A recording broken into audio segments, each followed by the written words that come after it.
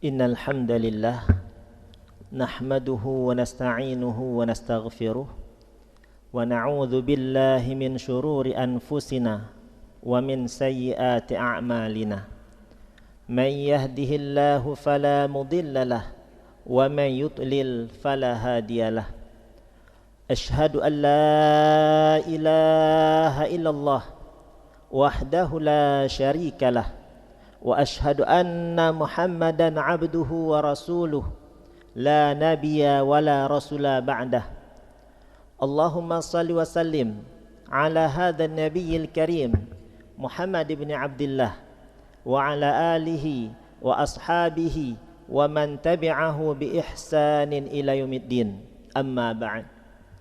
Fa ya ibadallah, usikum wa nafsi bi taqwallah faqad fazal muttaqun. وقال الله تعالى في القرآن الكريم يا أيها الذين آمنوا اتقوا الله وقولوا قولا سديدا يصلح لكم أعمالكم ويغفر لكم ذنوبكم ومن يطع الله ورسوله فقد فاز فوزا عظيما. Alhamdulillah, hadirin para jamaah salat Jumat yang dirahmati Allah Subhanahu wa taala. Kembali kita bersyukur pada Allah pada hari yang mulia ini. Allah Subhanahu wa taala masih memberikan kepada kita kesehatan, kesempatan dan umur panjang, sehingga kita bisa hadir dan berkumpul di Masjid Husnul Khatimah ini untuk sama-sama melaksanakan suatu perintah yang sangat mulia di sisi Allah setelah syahadat, yaitu salat. Dan kita berharap dan bermohon kepada Allah, semoga serangkaian ibadah salat Jumat yang akan kita laksanakan nanti diterima oleh Allah Subhanahu wa taala. Salawat beriring salam senantiasa kita sampaikan kepada baginda Rasulullah sallallahu alaihi wasallam. Karena salah satu hak Rasul yang harus ditunaikan oleh umat ini adalah dengan memperbanyak bersalawat kepada beliau. Bahkan orang-orang yang tidak mau bersalawat kepada Nabi, orang yang enggan bersalawat kepada Nabi, Nabi sallallahu alaihi wasallam mensifati orang tersebut dengan orang bakhil. Sebagaimana beliau sebut dalam sebuah hadis, al-bakhilu man idza dzukirtu indahu falam yusalli alayya. Satu di antara ciri orang bakhil, satu di antara ciri orang pelit menurut versi Rasulullah sallallahu alaihi wasallam adalah man idza dzukirtu indahu falam yusalli alayya. Apabila namaku disebutkan di hadapannya, apabila namaku disebutkan di sisinya, falam yusalli alayya, akan tetapi orang tersebut tidak bersalawat kepadaku. Maka dari itu para ulama menganjurkan setiap kita mendengar nama Nabi sallallahu alaihi wasallam disebutkan di hadapan kita, dianjurkan untuk bersalawat kepada beliau. Mudah-mudahan dengan kita memperbanyak salawat kepada Nabi, mengikuti sunnah-sunnah Nabi, mengikuti petunjuk-petunjuk Nabi, semoga di hari kiamat kelak kita termasuk salah satu umatnya yang berhak mendapatkan syafaat dari beliau. Amin, Allahumma amin. Hadirin para jamaah salat Jumat yang dirahmati Allah Subhanahu wa taala, pernah satu ketika orang Baduy, orang pedalaman datang ke kota Madinah untuk bertanya kepada Nabi sallallahu alaihi wasallam. Kalau orang Baduy sudah datang ke kota Madinah, maka para sahabat senang, para sahabat gembira. Kenapa? Karena orang Baduy ini kalau bertanya kepada Nabi tidak ada sungkan-sungkannya, tidak ada perasaan gak enaknya. Apa saja yang terlintas di benak mereka, mereka akan tanyakan kepada Nabi sallallahu alaihi wasallam. Salah satu pertanyaan yang diajukan kepada Nabi sallallahu alaihi wasallam adalah, ya Rasulullah, aina Allah? Wahai Rasulullah, di mana sesungguhnya Allah? Aqaribun rabbuna fanunaji? Apakah Allah itu dekat dengan kita sehingga kita bisa bermunajat kepadanya? Am ba'idun fanunadi? Ataukah Allah itu jauh dari kita sehingga kita perlu memanggilnya? Nabi sallallahu alaihi wasallam ketika ditanya pertanyaan ini, beliau tidak menjawab. Kemudian datanglah malaikat Jibril alaihi salam dengan membawa salah satu ayat dari surah Al-Baqarah yang berbunyi, wa idza sa'alaka 'ibadi 'anni fa inni qarib.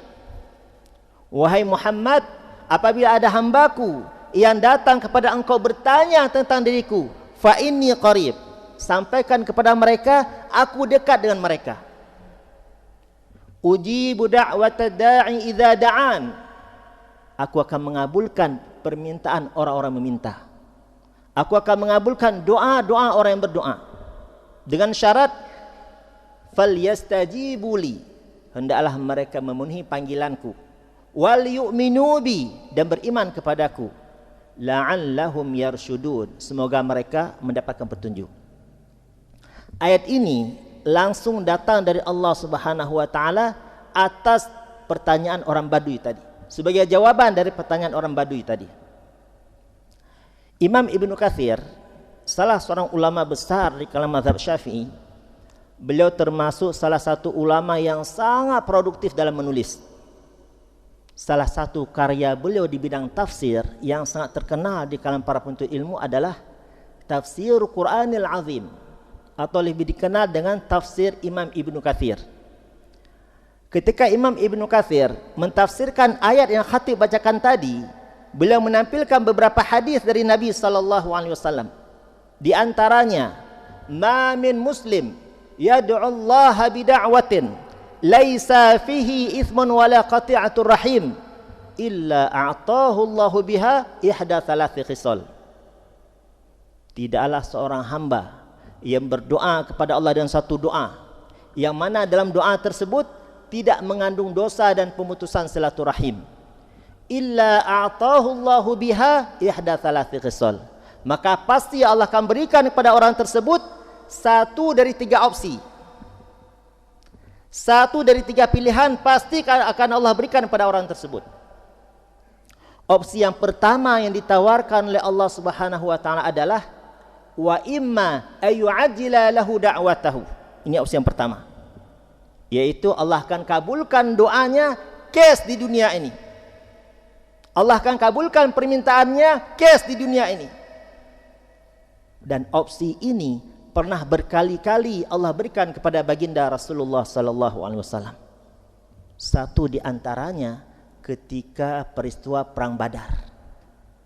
Yang mana perang Badar sebagaimana kita ketahui tidak seimbang antara kaum muslimin dengan orang kafir Quraisy. Kaum muslimin sekitar 300 sekian orang, sedangkan orang kafir Quraisy sekitar 1000 orang. 1:3. Nah, ketika Nabi melihat pemandangan yang luar biasa ini, musuh yang tidak seimbang, Nabi SAW mulai pesimis bisa memenangkan peperangan ini. Sehingga di malam hari Nabi terus memanjat doa pada Allah Subhanahu wa taala. Di antara doa Nabi SAW adalah Allahumma anjis ma wa'adtani. Ya Allah, berikanlah kepada kami apa yang dulu pernah Engkau janjikan, yaitu berupa kemenangan. Allahumma in tuhlik hadhil isabah falam tu'bad fil ardi abadan. Ya Allah, seandainya pasukan kaum muslimin hari ini binasa semua, maka sungguh tidak ada lagi di permukaan bumi ini yang akan menyembah Engkau, wahai Allah.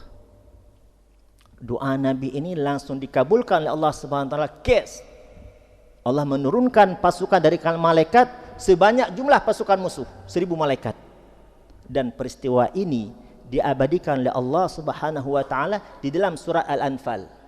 Allah berfirman, "Idz tastaghitsuna rabbakum fastajaba lakum anni mumiddukum bi alfin minal malaikati murdifin."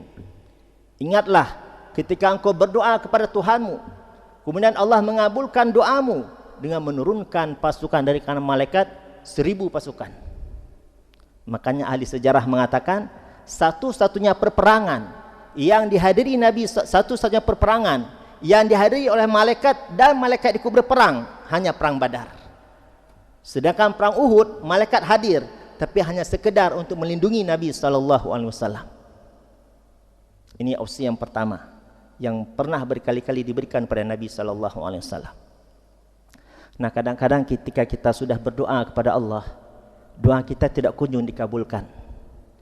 Ada sebagian orang sudah menikah selama 10 tahun, setiap hari minta kepada Allah untuk diberikan keturunan. Sudah berbagai macam asbab sudah dilakukan, mulai dari medis, herbal, bersedekah, berdoa, semua asbab sudah dilakukan. Namun Allah tidak kunjung memberikan keturunan. Maka jangan berburuk sangka kepada Allah. Jangan sampai berputus asa dari rahmat Allah. Bisa jadi jika Allah memberikan kepada keluarga tersebut keturunan, maka keturunannya itu akan durhaka kepada Allah dan durhaka kepada kedua orang tuanya.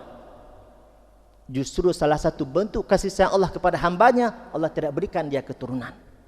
Wallahu ya'lamu antum la ta'lamun. Allah Maha mengetahui apa yang terbaik buat hambanya, sedangkan kalian tidak tahu apa yang terbaik buat diri kalian sendiri. Nah, jika opsi ini tidak kita dapatkan, maka Allah barangkali sudah menyiapkan opsi yang kedua. Apa opsi yang kedua? Wa imma ayat dakhiraha lahu fil akhirah. Ketika ada seorang hamba berdoa kepada Allah, kemudian doanya tidak kunjung dikabulkan di dunia, maka Allah akan sempurnakan pahalanya di akhirat. Disebutkan dalam satu riwayat, ada seorang setiap hari derajatnya ditinggikan di surga. Dia mendapatkan fasilitas yang luar biasa di surga. Karena orang ini merasa beramalnya tidak begitu maksimal di dunia, dia tanya para malaikat, "Wahai malaikat, kenapa aku hari ini diperlakukan begitu spesial? Padahal ibadahku di dunia itu biasa-biasa saja." Maka malaikat menjawab, itulah doa-doa yang kau panjatkan kepada Allah Subhanahu wa taala yang belum Allah kabulkan. Maka hari ini Allah akan sempurnakan pahalanya di akhirat. Sehingga kalau kita mengetahui betapa besar pahala yang Allah berikan kepada orang yang doanya tidak dikabulkan di dunia, maka sungguh kita akan minta kepada Allah agar tidak ada satupun doa kita dikabulkan di dunia, melainkan disempurnakan di akhirat. Ini opsi yang kedua. Nah, kalau opsi ini pun tidak kita dapatkan, maka Allah Subhanahu wa taala telah menyiapkan opsi yang ketiga. Apa opsi yang ketiga?